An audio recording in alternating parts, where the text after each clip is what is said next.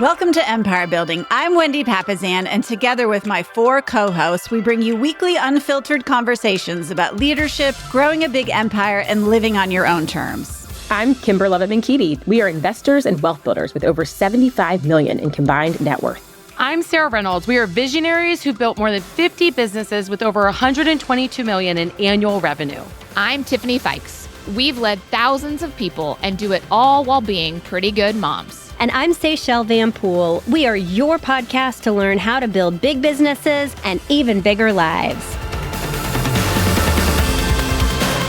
Welcome back, everybody. Today on the Empire Building Podcast, you have Wendy and Seychelle. And Hey, I y'all. love it when we get to record together. So Yes. selfishly, I'm so excited. And we've got just a fire episode for you guys. And we both have been super busy. Like, you've been traveling a ton. Yeah. I've been traveling a ton. Living our best What else lives. has been going on in your world? We really have been. What have you been up to the last couple weeks? Oh, gosh. Well, we are getting ready to take a trip to Scotland, which is going to be fun. So super excited about that. Where are you going to go?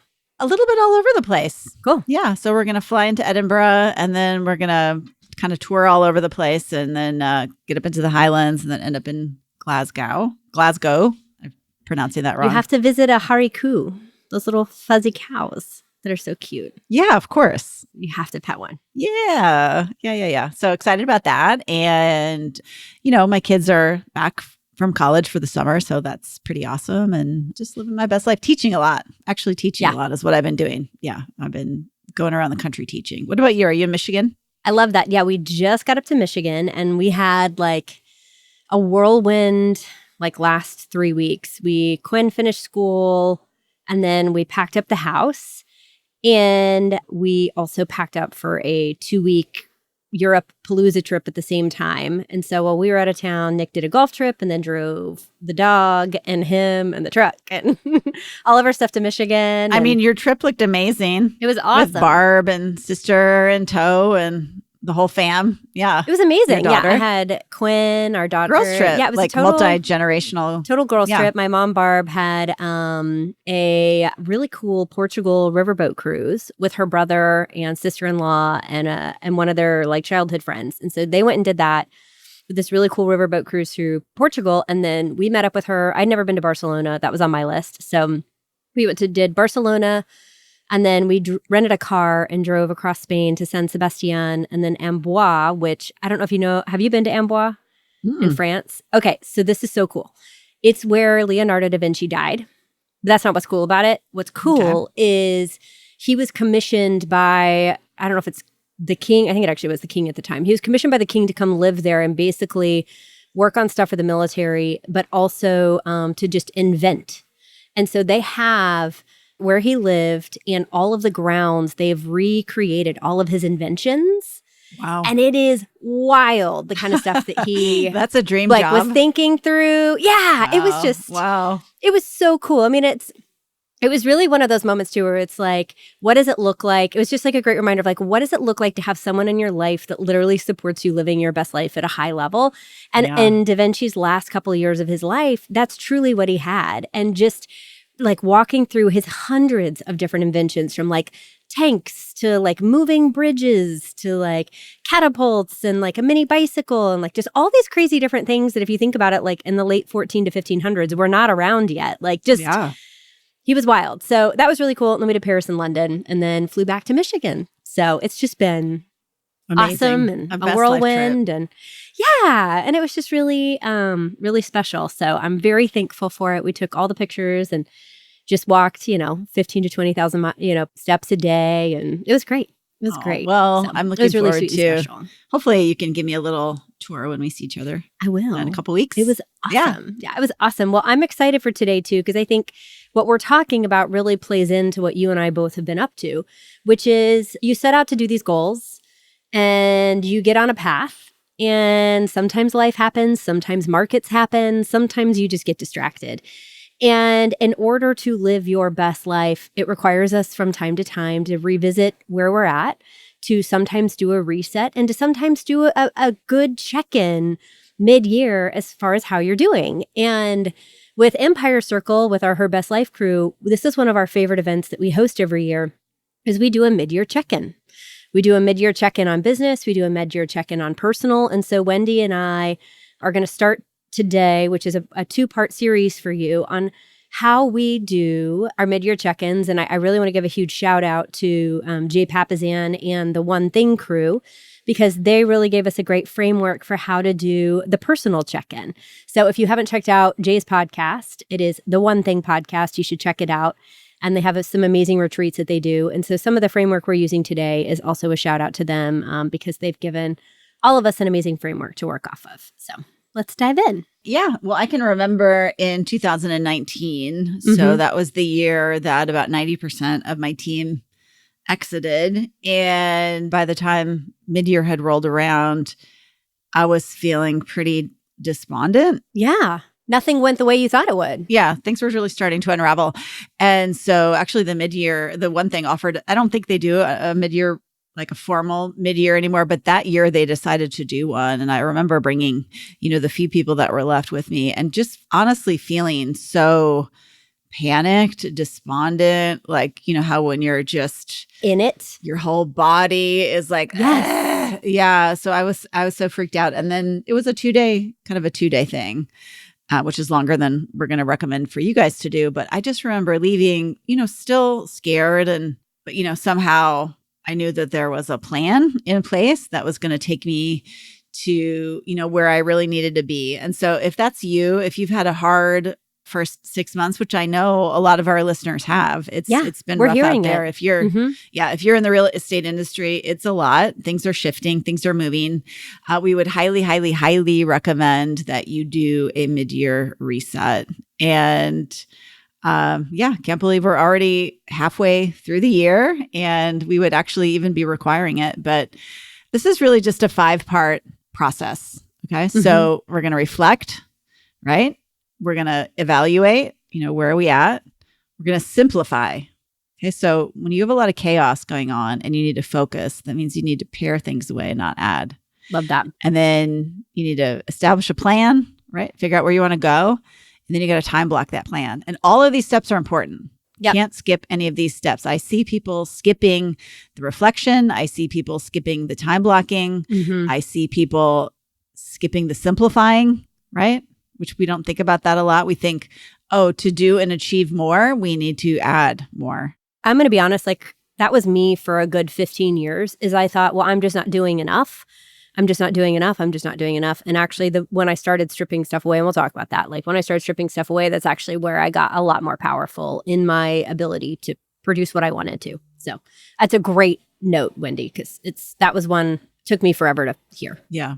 I was just going to ask, how long should somebody set aside for this before we dive into tell them what to do? Like how many hours or? Yeah, I would say set aside a morning, right? Or an afternoon, or you're really going to need like a half day. I'd say a minimum of 3 hours. More if you're going to go for a walk, more if you need more time for reflection.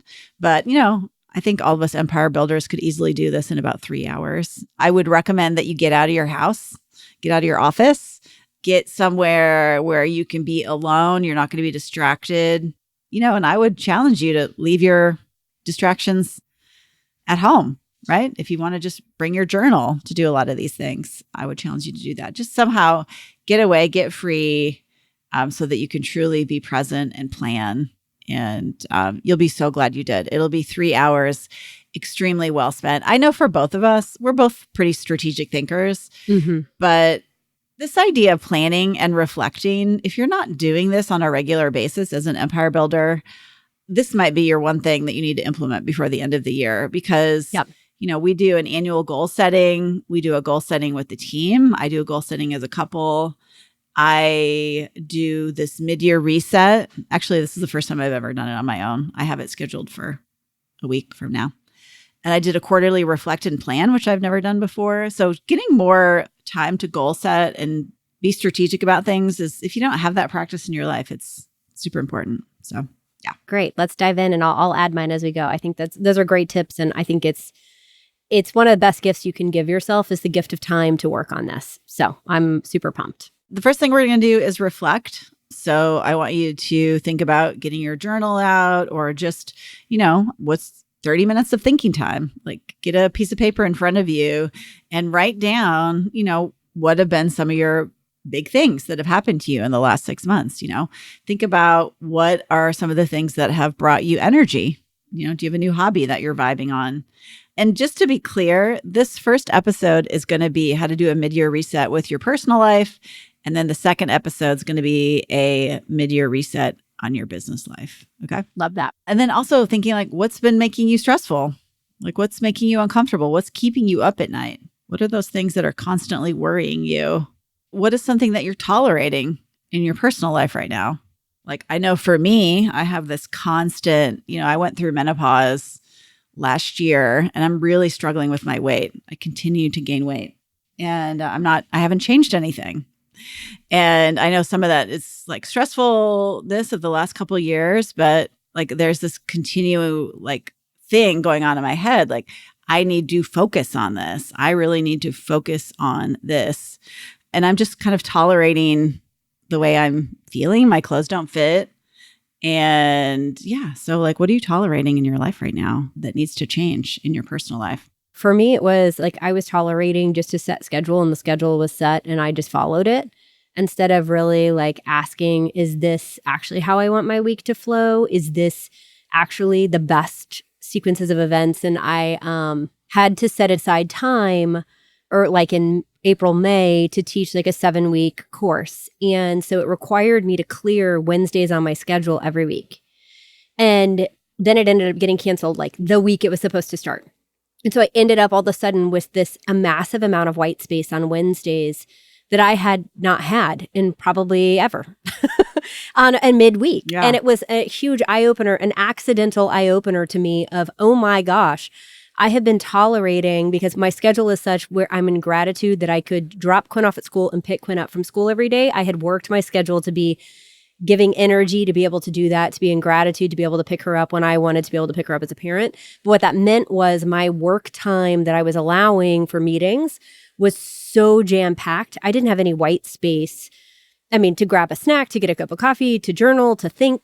It was so production-based. And so all of a sudden when I realized, wait, how I'd been doing it was creating a lot of productivity, but also taking a lot of energy and not giving the room for the white space to be working on the bigger projects, not doing the leading that I really wanted to be doing. It was such an accidental thing of I have been tolerating the schedule because I just set it and let it go. And I need to be evaluating my actual hours and how I'm working my schedule because it was not as productive as it needed to be. It was actually spending time on the wrong things. And accidentally, I discovered it didn't have to be that way. So, if you were to take a look at a fresh blank slate of what it needed to look like, could it be different? Could you use your time different and actually claim back an entire workday to do different things that you haven't had the energy or the time to do? That's so smart. Well, one of the things we do on our team is we do the 12-week year. Yes, we do too. It's a book. And so what that book says is on the 13th week, you cancel all the meetings. I don't know if you guys do that part of it. We don't do that part of it. We do take time to reflect, but that's the powerful part. That's the part I should be doing. So you do a 12-week year where you're kind of running your goals around that. And then on the 13th week, you're supposed to cancel all the meetings. But then like, I'm telling you, canceling all the meetings that 13th week is super powerful because it gives everybody on your team that extra little bit of white space. And like, who cares if you miss those 4 meetings out of the year? Yeah, for sure. It really doesn't matter. No. And so it's pretty good. I love that. So the first part of our 5-part steps that we need to take for our mid-year reset is going to be to take some time to journal. As I said before, you really want at least 3 hours to be able to do this whole thing.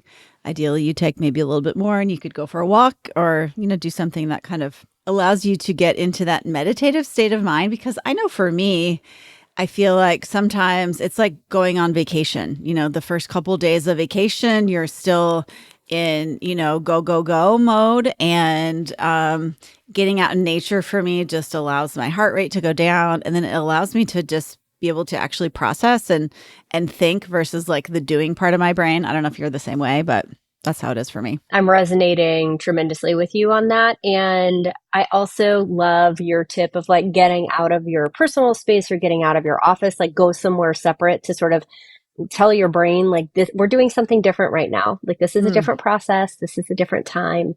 So leaving your personal or workspace and going somewhere fresh, I think allows for that reset for you to look at things differently too. Yeah, that's so smart. Yeah. So you want to get out of your house and then take some time for reflection. So I'd give yourself at least 30 minutes for this and think through the past 6 months. What are some things that you've been doing that bring you energy?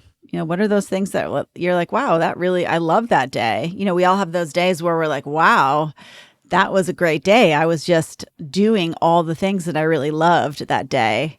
And then also think about maybe those days where you're feeling stressed out, right? Where you're feeling uncomfortable. You've got that feeling in your body, that physical feeling like, ugh, this is not for me. Because we know you guys can power through anything. You guys can power through whatever you want. You guys are empire builders. And, doing more of what brings you joy, right, will actually allow you to be a lot more productive because you're going to be loving it all day long. And then ask yourself the question, what am I really tolerating in my personal life right now? That's so huge. Well, and something that I think about is I was going to teach a class for 7 weeks and it ended up getting canceled, but it required me to clear every Wednesday on my schedule.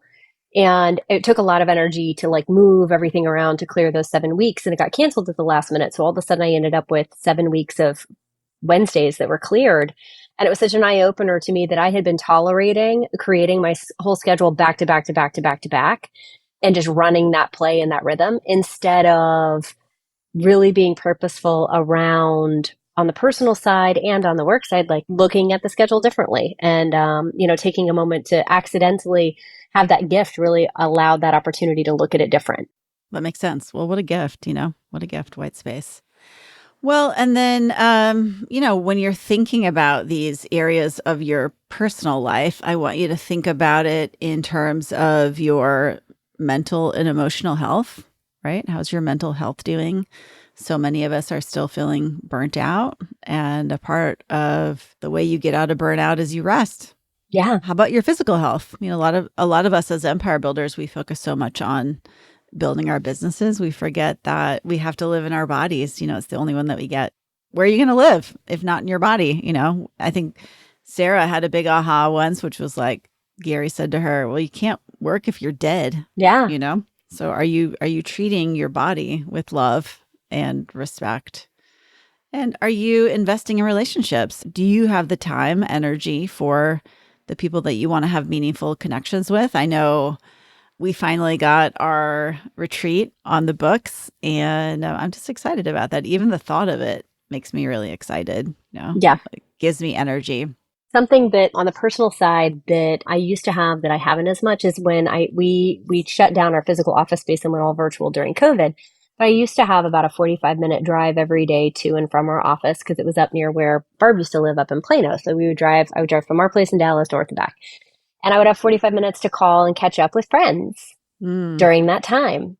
And when we shut down the office, that eliminated, an hour. It was awesome. It eliminated an hour and a half of windshield time a day, which is amazing. How nice to get that back. And it also eliminated an hour and a half of phone calls to people that were on that short list to call and talk to. So I have really started to replace that personal time with some scheduled walk-in talks in my schedule. And I'll even call them that, like, can I give you a call when I'm taking the dog for a walk and we do a walk and talk and catch up? So I have to be a little bit more purposeful about the time on it.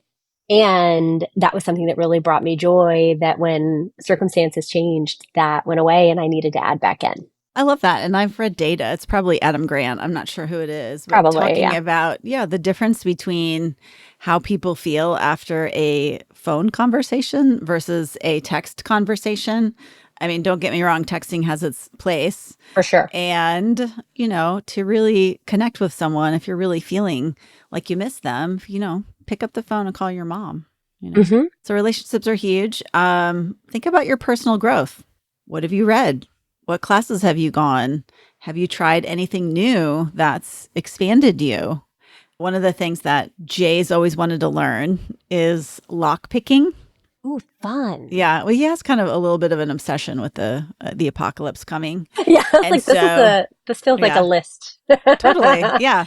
I mean, it makes sense, right? So Yeah. if the apocalypse is coming, like you maybe want to be able to get into some safes. They might have medicine. They might have, I don't know, whatever. Just into abandoned buildings too. I mean, if they're locked Exactly. and you need to be able to get into like a shelter, 100%. that would be a huge gift. Yeah. Yeah. Yeah. I mean, if that ever does happen, I'm going to be so glad I picked this guy. You know what I mean? I'm going to make it through. You're going to have shelter if nothing else. Yeah. So he's been really into that. Actually, it's really cool. The locks come and they're clear. So they're see-through. So you can see as you're picking them, you can see what's moving. Yeah. Cool. And then you move from the clear ones, to the ones. So then you get to listen to it. And this is a total aside, but my best friend Jenny, she has a place in West Texas, and it has a crazy old safe in there from the Gage Hotel. You probably are familiar with it since you're also from Texas. Mm-hmm. It's old. It's like a couple 100 years old. They don't even know where it came from or how they got it, or maybe they do, but I don't. They've never been able to open it. So that's one of the things that Jay's working like a new for. mission. His hobby, is like to be able to open that and see what's inside. What is in there? Yeah. Ooh, that'd be a fun reveal. Yeah. We're going to do that. So, awesome. Yeah. So, whether you're lockpicking or, poetry or whatever you're doing, what is it that's making you grow? I love that. Yeah. And then are you having any fun? Like, what kind of fun are you having? Did you make any space for hobbies or travel or just focused on work? So a pro tip you and I both do is usually in October, November, the year before, most of us as founders and also as your hosts here at Empire Building, we are looking at our travel schedules like for the next year before the previous year ends. And so if you haven't had the time to do that, this reset is a great time to take a look between now and the end of the year of what you want your travel to look like. What do you want your holiday travel to look like? Now is the time for that.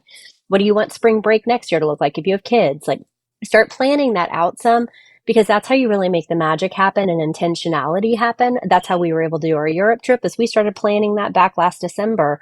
So we had time to put all the pieces in place to really make it purposeful and memorable. And I think if you do it last minute, there's fun and thrill in that, but sometimes you miss the opportunity to kind of catch some of the magic. Love that. I love that. So now that you've taken time to reflect, number 2 is you want to really sit and evaluate with what you just wrote down. And I want you to take a look and ask yourself the question of like, what did you actually want this year? When you set out in this year, what was it in your heart of hearts that you really wanted for yourself personally? And I want you to look back. If you had the opportunity to set some goals back in October, November, December, January, take a look at some of those personal goals and intentions. Like, is it still resonating with you? Are those goals still relevant? Maybe what's shifted. I mean, Wendy and I both have had times where our entire team turned over in a year, and all of a sudden, all the things that we had on the personal side we thought we were going to do turned into a lot of work, and we didn't get to do the personal side. Or maybe your market shifted and you've had to work a lot more and you haven't had the opportunity to refill yourself on the personal side. So really do a status check on this. And I love to go in and circle in my journal like the words that are resonating with me that I really like wanted to have happen. Like lately, I know one year the word grace, like when my whole team fell apart, the word grace kept showing up for me. And like giving myself grace and space to like rest, to be patient with myself. I was being very like hard charging of like, I got to rebuild, I got to make this all happen. And I wasn't giving myself any space. And when I did the mid-year reflection on that, I realized I was giving myself no room to just sort of like learn and be in it and get peace and rebuild. And I was a much better leader when I did that. And like, your dad passed away last year. My dad passed away almost 3 years ago now. In that season, I needed a lot more emotional and personal energy to get through that season, and a lot more bandwidth and free time to help with them than I do today to take care of some of those similar things. And so, are things changing in your personal life that you want to adjust? Maybe you're on track with some of your exercise goals or your water intake goals. For Pam Perino in our Empire Circle, who's been awesome with her water intake this year. Maybe you're on track with some of those and you want to keep those going, and you need to give attention to something else. So what needs attention? And then the last part of that is, what did I think was important to me that is really no longer a priority? What did I set out to do that maybe my opinions, thoughts have changed? I thought I wanted to really master pottery this year, and it's turns out I don't like it. Yeah. Or whatever it is, right? Yeah, whatever it is. Yeah. That you can then give yourself some permission to release on and simplify and move on to other things. Yeah. So that's where number 3 comes into place, which is really to simplify, right? I think sometimes when we want to achieve more, we think we have to do more.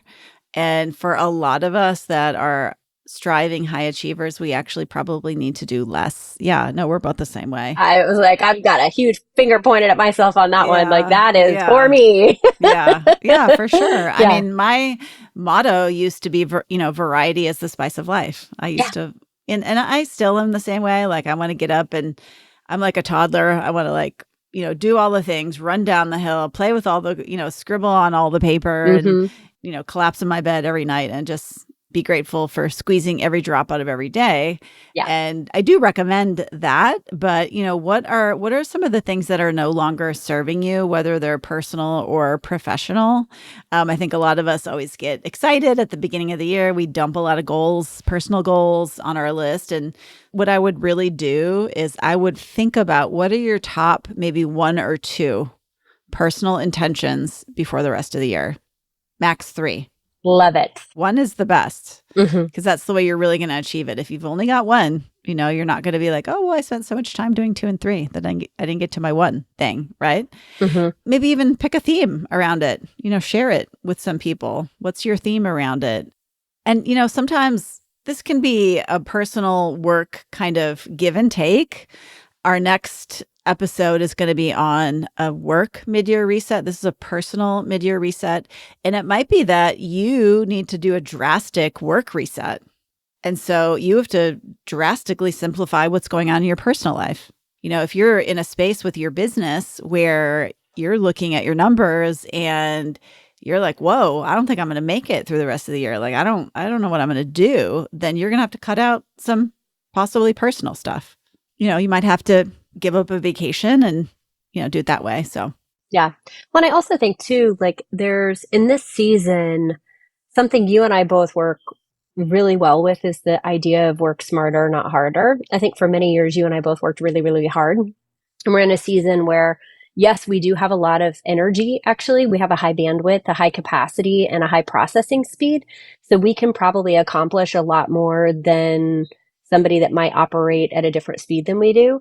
But I do think the idea of working smarter, not harder, plays into this on the personal and the business side. And so for me, something that I have had to simplify is the idea of setting better boundaries on the business side with client and team member expectations of when I can deliver something so that I can be present and engaged when I am on the personal side. I'm very proud of you. Thank you. Around this, by the way. I received that. It's been hard. Tremendous growth in this area from you. I am really working hard on it. I am so proud of you, Seychelle. Thank you. Thank you. That means a lot. Yeah. And so, when you're thinking about this doesn't mean that you're just going to have to sacrifice everything. Maybe there's a way for you to do it better and smarter that allows you to have your cake and eat it too. But Wendy's point is beautiful, which is you're probably going to have to shift something up. You're going to have to shake it up. You're going to have to look at it differently if you want to have both, or if you need to thrive and survive in one area or the other. And I think about it too on the personal side. If someone's on the verge of like a divorce, or someone has kids getting ready to go away to college or something like that, and you have a time crunch, you may have to make some massive sacrifices on the work side if you're able to afford to do that in order to make sure those personal relationships are there too. So it can work both ways for sure. Yeah. And, a lot can happen in a year. That's basically the point of the mid-year reset is maybe you're lucky to not have life happen to you, or maybe there are no external circumstances affecting your business life. And so you just get to continue merrily on your way with the goals that you set in January. Amazing. Okay, great. You don't need a mid-year reset. Yeah. But for a lot of this, stuff happens. So stuff happens in our personal life, stuff happens in our work life. And to be able to kind of shift and I love that word, grace, have grace with yourself around it is super important. And so just don't forget that step. Like think about simplifying. And I love work smarter, not harder, because that is can you do a walk and talk with a client? Can you do a walk and talk with your best friend? Like, what are the things maybe that you can combine in order to just do less? I love that. Yeah. That's awesome. Yeah. So number 4, after you've identified what you need to simplify, is now you got to have a plan. You got to figure out how you're actually going to do this. And we actually have a really powerful episode, which is how to write a GPS. And so if this sounds unfamiliar to you, that is your goals, your priority, your one goal, your priorities, and your strategies to accomplish that. There is a great episode that we did on that. We'll put a link to that episode in the show notes for you. If you're not familiar with that, go listen to it. It's a great episode. Wendy wrote it and it was phenomenal. But it basically is the idea of what would it look like to finish the year proud? Like for you to feel proud of how you finished out this year. It doesn't mean it has to be perfect because life isn't perfect. We don't want that. But that you feel proud of what you accomplished, what you set out to do, and how you showed up. And so if you need help with that, really, that episode is going to be amazing. But we're going to encourage you now that you have identified what you need to simplify to put a plan around that and some systems in place to help you make that happen. And especially if you've only got one thing on your personal life, this is going to be pretty easy. So for instance, like it might be, I need to spend more time with the people in my life that matter most. And that's a great goal. That's a great goal. Yeah. And, priority number 1 can be your spouse. And then you've got some strategies under there, 3 to 5 strategies where you're spelling out what that really looks like for you. I actually had a really powerful conversation with one of our new Empire Circle members, Corinne. She was struggling. She's so smart. So yeah, she's amazing. Struggling a little bit around this idea of, wanting to work more, but she's in a season with her young children. And I just told her, hey, like, what are the actual things that matter to you around spending time with the people in your life? And I said, it might be for us, it was family night dinners together and then Friday night pizza and movie, right? That was super simple. And then, when our kids are little, reading to them at night, like that's enough. Yep. Like that's enough. And I think especially, when it comes to being with our families, it's hard to know what enough is. Do I need to spend every afternoon with my kids? Do I need to get on the floor and play with them for 5 hours? And so if you can really be very specific about what you think those are, then guess what? You get to check that off, right? So you get to understand like, yeah, I'm reading to my kid every night. I'm having dinner with my kid every night. We take 2 vacations a year and, we have a Friday night movie night. Like that's enough. That's enough. Well, and there's 2 key things that you just said there. Number 1 is identifying that in life we go through seasons. And I think often as empire builders and as particularly as female empire builders, sometimes we forget that there are seasons instead of forevers. And so you identified with Corinne, and I think you did this beautifully with yourself and with Jay as you guys have raised your family. There's specific seasons in which you need to look at what you want. The second part that you said that I think is really great is you identified how you feel like you win in that season. And that way, when you've accomplished it, you know that that is what you set out to win in. That's what felt great to you about it. And you can look at it and say, I did that. Like, check. Yeah, I did it. So that's awesome. Then Yes, check. Then I did it. Yeah. Then Yep. Well, and then, I think the other part of this too, around creating the goals, the priorities, and the strategies is putting it on your calendar so that you know it exists, right? And then asking the question of like, does this commitment support me in achieving my goal for the year? Does this commitment bring me joy? Do I get energy when I look at this, or is this sucking energy out of me? Maybe I need to look at a different priority or goal. And then I know this has just been huge in my world. I know it's been huge for you too, Wendy. Who is your accountability circle? Who are the people that you love and respect and that deeply care about you, that know what your goals are and are going to check in on you and ask? And if you don't have a formal accountability or formal accountability partner, what does your circle look like that can check in on you and make sure that they're helping to love and support you through that season to help you get where you want to go? I love that. Yeah, that's huge. Well, yeah. So amazing episode today. And I would just challenge all of you out there listening to ask yourself the question, do I need a mid-year reset? Am I struggling with things in my personal or business life that's going to require me to kind of review where I'm at? And then just make sure you carve out about 3 hours to, reflect, 30 minutes of reflection. 30 minutes to evaluate, like where are you at based on where you wanted to be. Simplify. Take things off your plate. That's the best way to accomplish a big goal, is to do less, and then you have more time to focus on what matters most.